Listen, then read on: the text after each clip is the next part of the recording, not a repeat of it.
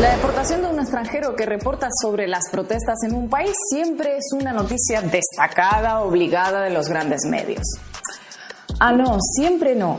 Depende del país en el que se produzca.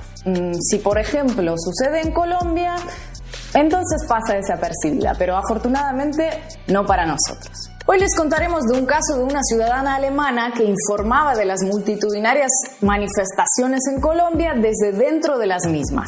Después de recibir múltiples amenazas, participar en una entrevista para el recuerdo, o mejor dicho, para el olvido, sufrir un par de incidentes violentos y uno de ellos a balazo limpio, las autoridades migratorias de Colombia decidieron expulsarla del país con prohibición de regresar por 10 años.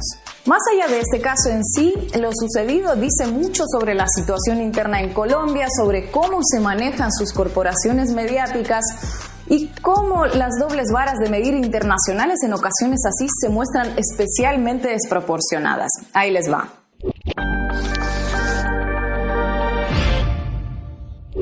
Rebeca Linda Marlene Sproser fue expulsada de Colombia la semana pasada acusada de, cito textualmente, llevar a cabo actividades que no tenían que ver con su condición de turista, las cuales afectarían el orden y la tranquilidad ciudadana. A la mujer la metieron en un avión y la mandaron a su país, Alemania. Según Migración, la medida buscaba salvaguardar su integridad personal, así como mantener la seguridad nacional.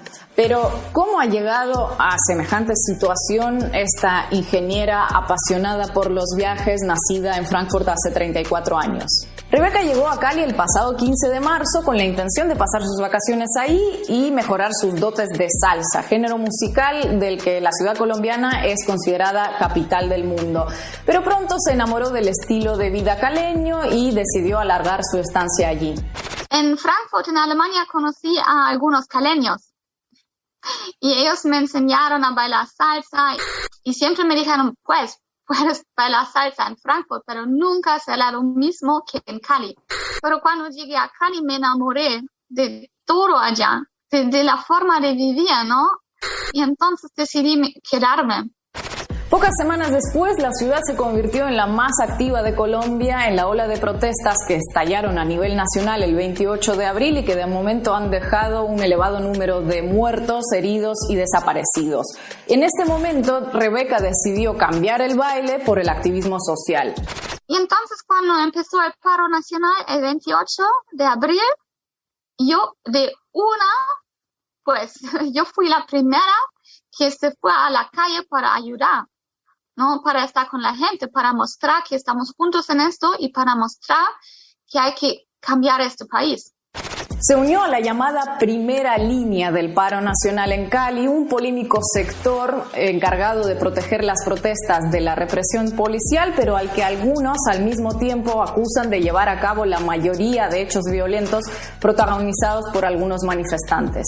Desde el centro de la refriega, Rebeca filmaba y compartía en redes sociales los enfrentamientos. En algunas ocasiones, su cámara registró los excesos de las fuerzas de seguridad a las que ella llegó a confrontar verbalmente. Pero no tiene ninguna identificación ni nada. Policía Nacional de Colombia. ¿Y el nombre? No tiene ningún nombre ni nada. Chaleco antibalas, llaman eso. Sí, siempre tienen eso, obviamente. Hola. Qué bueno. ¿Sabes qué es el problema en Colombia? Que la policía ataca así, de la nada.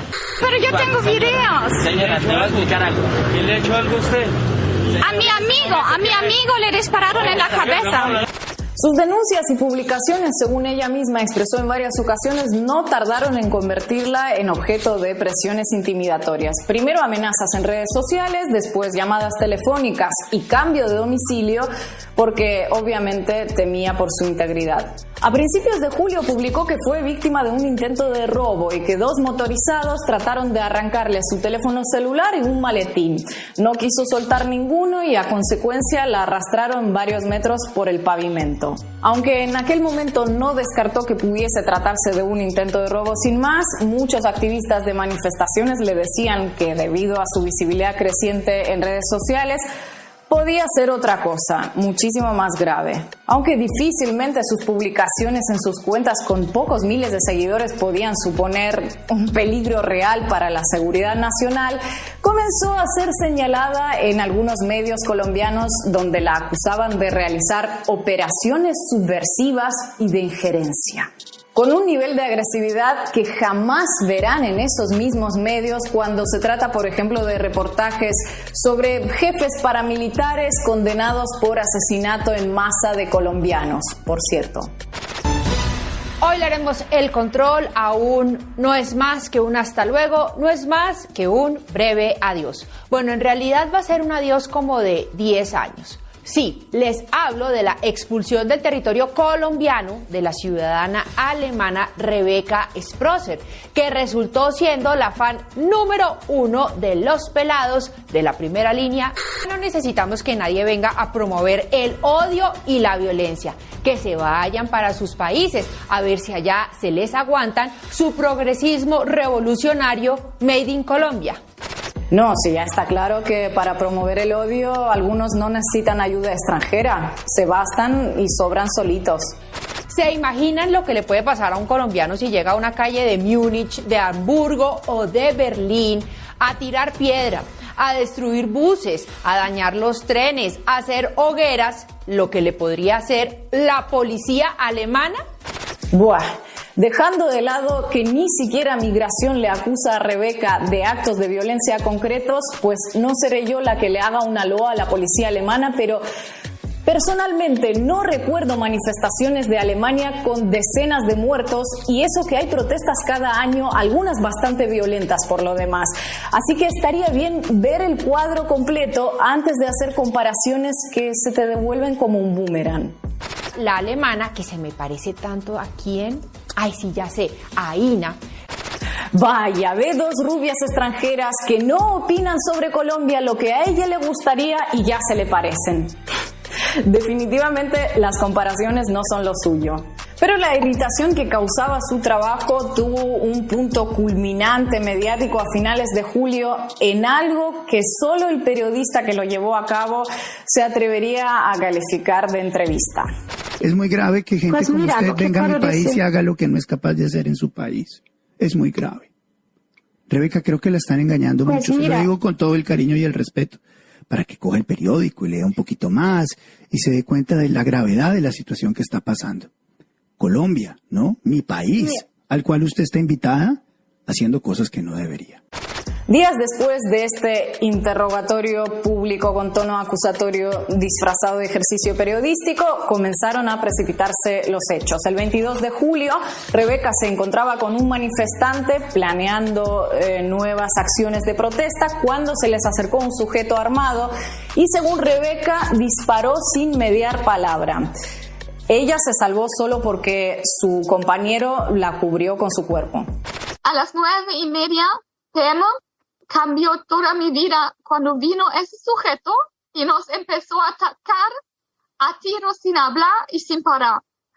Llena de su sangre, tenía que gritar por 5 minutos a todo pulmón hasta que por fin alguien nos ayudó, porque por miedo nadie allá se quería meter.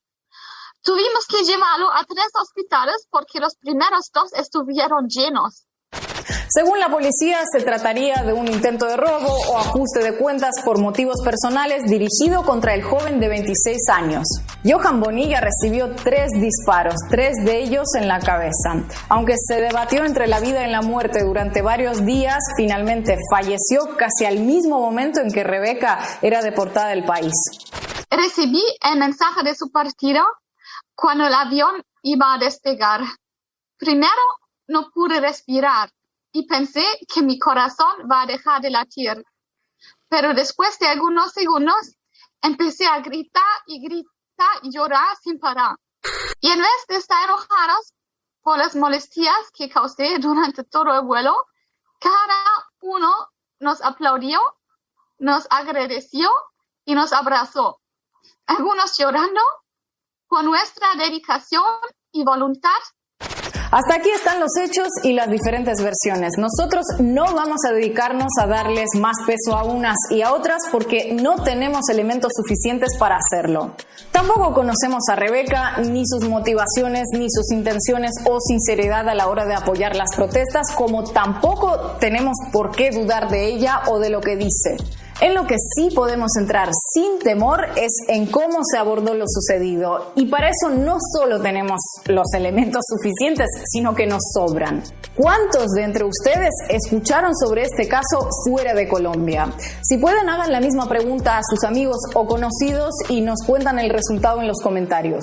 ¿Habría sido igual la cobertura si la activista alemana hubiese vivido lo mismo? Es decir, el atentado, el asesinato de un activista opositor, la deportación, en alguno de esos países malvados según la discutible clasificación mediática a la que nos tienen tan acostumbrados. Este caso no habría sido motivo de una sonora condena en el Parlamento Europeo, más tratándose de una ciudadana alemana, de haber ocurrido en un país más conveniente para la agenda de Bruselas.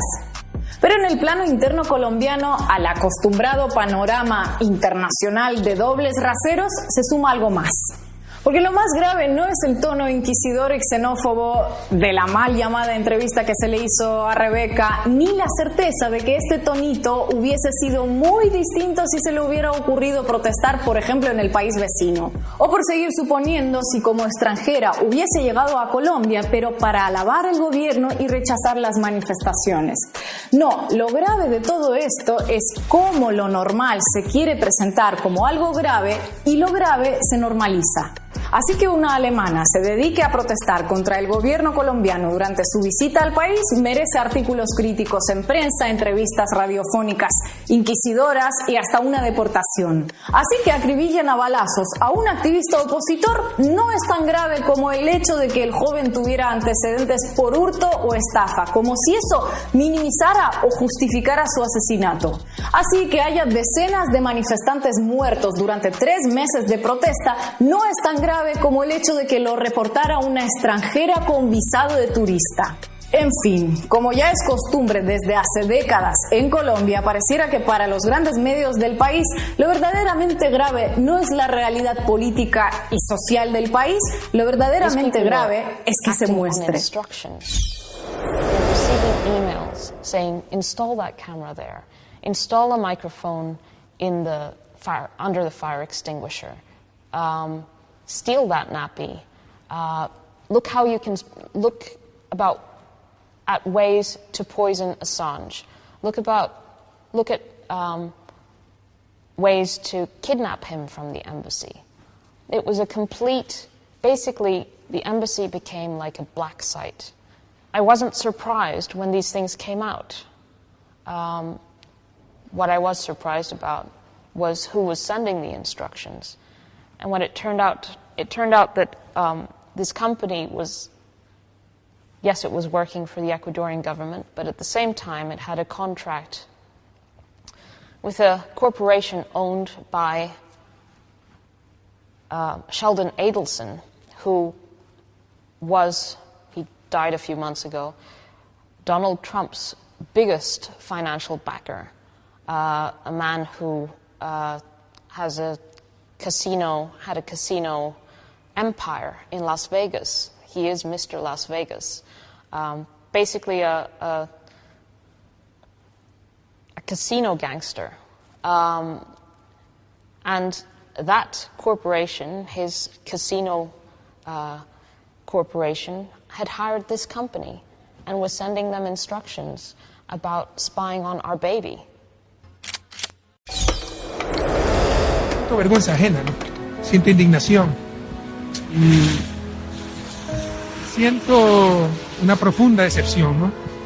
Y siento también un poco de responsabilidad porque yo apoyé a esa persona y ha sido un traidor completo y un incompetente completo que nos hace quedar mal cada vez que habla en el exterior y solo vive para tratar de aplastarlo, para tratar de criticarlo. El recurso de los mediocres. Surgir no por su propio mérito, sino hundiendo a los demás. Y mira que la traición, para los que creen que esto fue una disputa entre compadres, la traición empezó en el primer día.